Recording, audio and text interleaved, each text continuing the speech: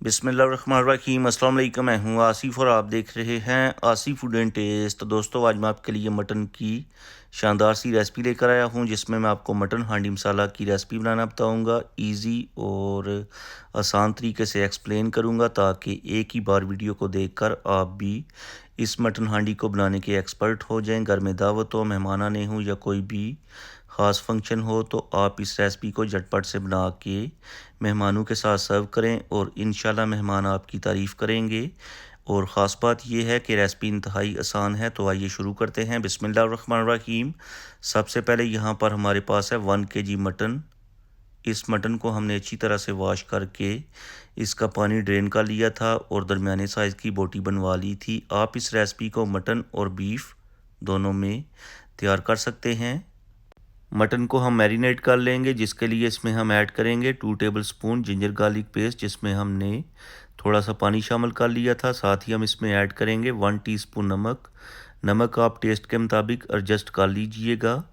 अब इस मटन को हम अच्छी तरह से मिक्स कर लेंगे और मिक्स करने के बाद 1 घंटा के लिए फ्रिज के अंदर मैरिनेशन के लिए रखेंगे। अगर आपके पास टाइम ज़्यादा है तो आप ज़्यादा देर के लिए भी रख सकते हैं। दोस्तों, मैरिनेट करने से मटन में एक तो नमक अंदर तक चला जाएगा और दूसरा मटन फुल जूसी और खाने में भी कहीं ज़्यादा लजीज और टेस्टफुल होगा। तो चलें जी, अच्छी तरह से मिक्स करने के बाद ऊपर से कवर करके 1 घंटा के लिए फ्रिज के अंदर रखेंगे।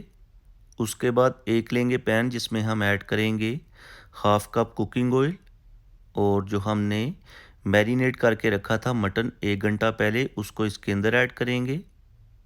मटन की हम मीडियम टू हाई फ्लेम के ऊपर अच्छे तरीके से बुनाई करेंगे और साथ साथ जो इसमें हमने जिंजर गार्लिक पेस्ट ऐड किया था उसकी भी बुनाई कंप्लीट हो जाएगी। इस तरीके से मटन बनाएं तो मटन के अंदर जो पानी होता है वो ड्राई हो जाएगा और मटन खाने में तो टेस्टफुल होगा ही, लेकिन देखने में भी अच्छा लगेगा।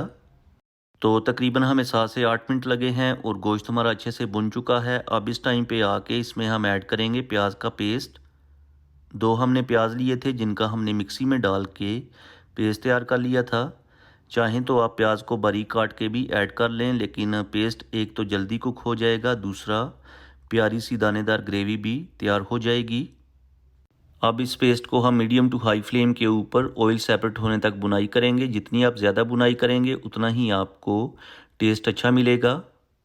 तो यहाँ पर हमने प्याज के पेस्ट की अच्छे से बुनाई कंप्लीट कर ली है और ऑयल भी सेपरेट हो गया है। अब इसमें ऐड करेंगे 3 टमाटर की प्यूरी।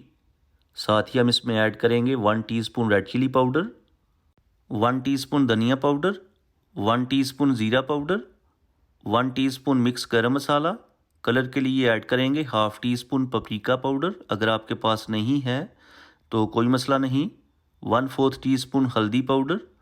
अब इन सारे स्पाइसेस और टमाटर के पेस्ट की मीडियम टू हाई फ्लेम के ऊपर अच्छे तरीके से बुनाई करेंगे। दोस्तों, इसी दौरान चैनल पे नए हैं तो प्लीज़ चैनल को सब्सक्राइब कर लें। इससे हमारी हौसला अफजाई होती है, हमें मोटिवेशन मिलता है कि आपको हमारा जो काम है पसंद आता है। तो यहाँ पर हमने स्पाइसेस और पेस्ट की अच्छे से बुनाई कंप्लीट कर ली है। अब इसमें ऐड करेंगे 3 गिलास पानी, या फिर उतना पानी ऐड कीजिएगा जिसमें आपका मटन अच्छे से टेंडर हो जाए, क्योंकि पानी को बाद में भी हमने ड्राई ही करना है। तो ऊपर से कवर करके 30 से 35 मिनट के लिए मीडियम फ्लेम के ऊपर गोश्त को टेंडर होने के लिए छोड़ देंगे। तो यहाँ पर 35 मिनट के बाद फ्लेम को हाई करके, अगर तो आप समझते हैं कि गोश्त के अंदर पानी है तो पहले इस पानी को ड्राई कर लेंगे। अगर पानी नहीं है तो जस्ट हम चेक करेंगे कि गोश्त की क्या कंडीशन है। तो ये देखें, माशाल्लाह गोश्त हमारा अच्छे से टेंडर हो गया है। अब इसमें ऐड करेंगे 150 ग्राम दही। दही आपने खट्टा वाला नहीं लेना, दही खट्टा होगा तो उससे आपकी रेसिपी ख़राब हो जाएगी और टेस्ट भी अच्छा नहीं आएगा। दही की भी हम ऑयल सेपरेट होने तक बुनाई करेंगे और जब इस तरीके से ऑयल सेपरेट हो जाएगा तो इसमें हम ऐड करेंगे बारीक कटा हुआ हरा धनिया और 5 से 6 ग्रीन चिलीज़। दोस्तों, फाइनली हमारी रेसिपी तैयार हो चुकी है। आप इसे रोटी के साथ, नान के साथ सर्व करें। इंशाल्लाह सब घर वाले और मेहमान आपकी तारीफ़ करेंगे। और अगर आपने आज कुछ भी अच्छा सीखा है तो वीडियो को लाइक और शेयर कर दें। चैनल पे नए हैं तो प्लीज़ चैनल को सब्सक्राइब कर लें और प्यारा सा खूबसूरत सा दिल से कमेंट करके बताएं कि आपको मेरी आज की रेसिपी कैसी लगी है। अब मैं आपसे इजाज़त चाहूँगा। अल्लाह हाफिज़।